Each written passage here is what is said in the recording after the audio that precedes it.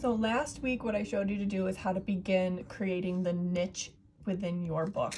So this week I wanted to show you one more technique and also what my niche looks like. So it's still being glued, so that's why the wax paper is sitting on top. But if I remove it, you can see the thickness has increased from the inside of my book here. So I might take this and take away a little bit more just so that it's a little bit of a deeper niche. But otherwise, right now I've got a decent amount of space removed where I have a little bit of a pocket and like a secret hideaway for something right in here.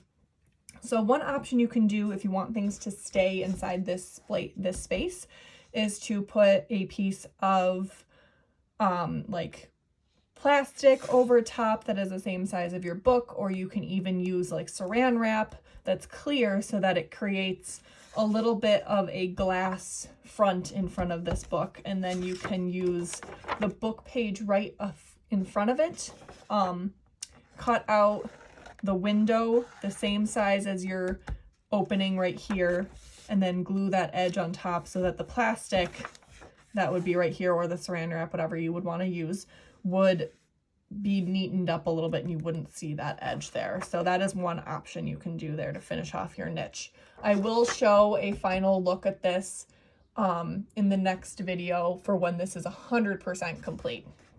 But for now, I wanted to show you the next steps for this project. So at this point, this week, what you should be doing is planning out your pages along with finishing your niche. And the other thing you can begin to do is create your pockets. So if you look really closely, you can see I used sticky notes, but if you want to tear up a piece of scrap paper and write notes on it, you can. But I'm planning out where I want all of the required criteria for my project inside the book. So just as a reminder, your altered book must have 2 pockets, 1 page cut through to reveal something on another page. You must have a pop-up. Obviously, we already started our hidden niche, so that is already in the process. You will need a page folding technique to apply within your book, a blackout poem, and then overall, all of these things should be centered around some sort of theme. The rest of your book pages can be choice pages, where you do pretty much whatever you like so long as it centers around your theme.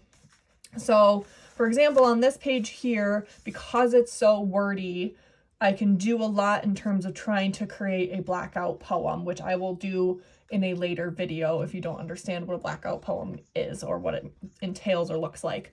So this has a lot of words to it. It would be great for a blackout poem, so that's why I'm dedicating this page to a blackout poem. If I continue going through my pages, over here is where I want to have a page folding technique applied, mostly because of the fact that this is a wordy page. So there's no like beautiful imagery that's going to be compromised if I apply a page folding technique here.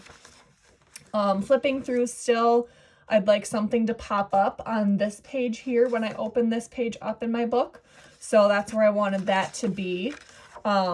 Over here is where I wanted to have my cut through to reveal something on another page. So right here, there's a dog that I thought was really adorable on this page. So I want something to be cut out right here to reveal this dog on the next page.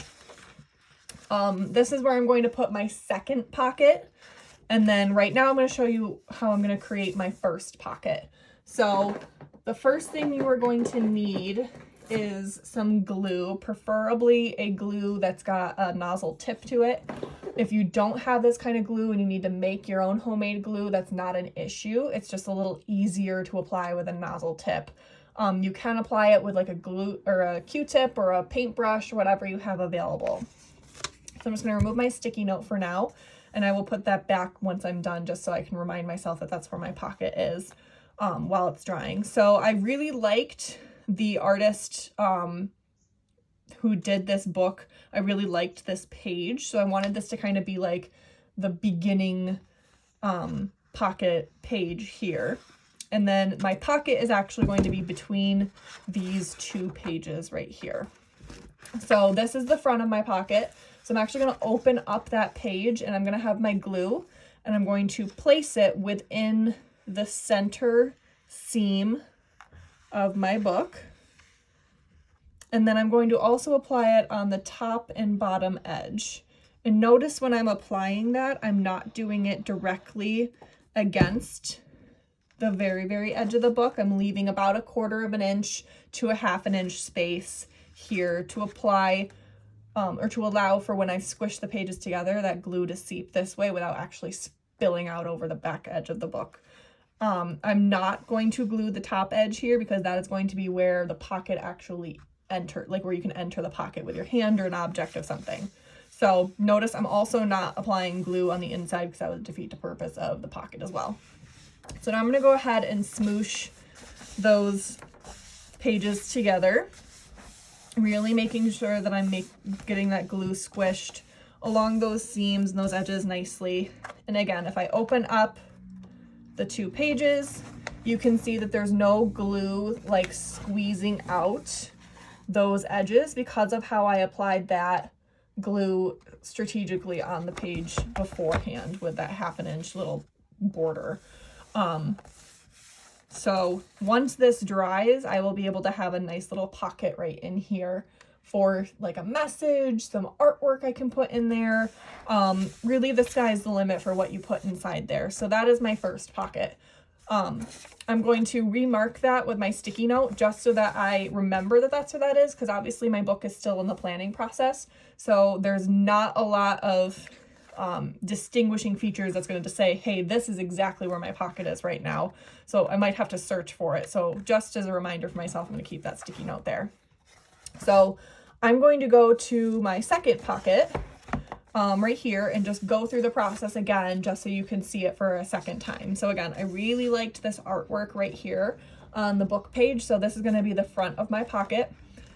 I didn't really care about the words on this page here, so that's going to be the inside of my pocket, and then this is the back here. So again, the front of my pocket, I'm going to open up my book, grab my glue, I'm going to shake that glue down a little bit, and I'm gluing all along the inside seam right here. And then again, leaving like 1/4 or 1/2 an inch border, adding some glue along the top and bottom edges. And then if you also notice here, I'm not gluing all the way to this far edge. I'm leaving that little border. And then same thing with my inside edge. It kind of accidentally did it up here, but really you should be leaving this corner fairly empty as well, because when you smush the pages together, the glue will spread inside there without smushing out the outside edge. So again, I'm going to squish those pages together, really smooth out that glue where I put it on those book pages. And then when this dries, this will be my second pocket. So I'm just going to go ahead and remark that just so I remember where it is.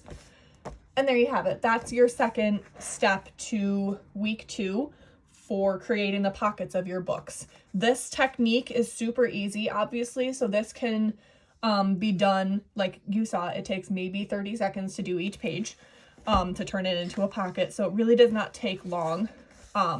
So this week you also have, if I bring up my calendar, you should be finishing gluing your nook, or your niche is what I call it.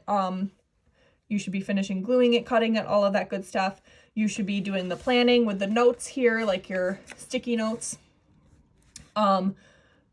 Make sure that you're watching if your book has illustrations inside, like mine does, if you want to keep some of those because they're interesting or they're going to enhance the idea of your book that you want to go along with your theme.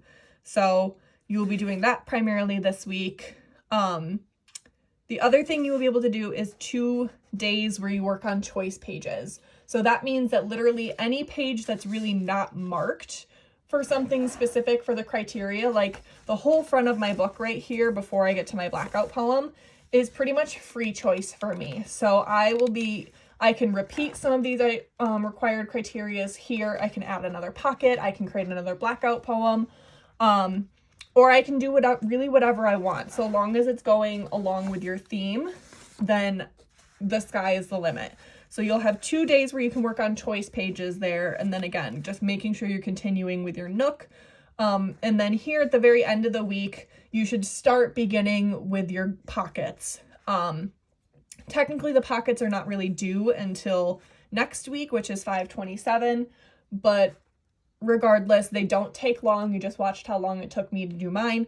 So if you get them done within this week, then next week you'll be a little bit more ahead of schedule. So on Wednesday, 5/20, you should make sure that your Nook is 100% cut and glued and your book plan is complete with the sticky notes, ripped, torn pages that you've got notes written on. Just very simple, making sure that you're marking out just, hey, this is going to be my blackout poem page. This is going to be my page folding technique page. They don't have to be like super wordy notes. They just have to let me know that that's your plan for your book. So if you have any questions, just let me know. Shoot me a Schoology message, email me if that's easier for you. But that's what you need to be doing this week.